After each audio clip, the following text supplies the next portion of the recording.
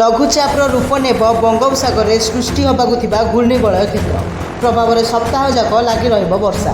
15 ତାରିଖରୁ 21 ତାରିଖ ପର୍ଯ୍ୟନ୍ତ ବୃଦ୍ଧି ପାଇବ ବର୍ଷାର ପରିମାଣ। ବାହୁଡ଼ାରେ ମଧ୍ୟ ରାଜ୍ୟର କେତେକ ସ୍ଥାନରେ ପ୍ରବଳରୁ ଅତି ପ୍ରବଳ ବର୍ଷା ହେବାର ସମ୍ଭାବନା ରହିଛି।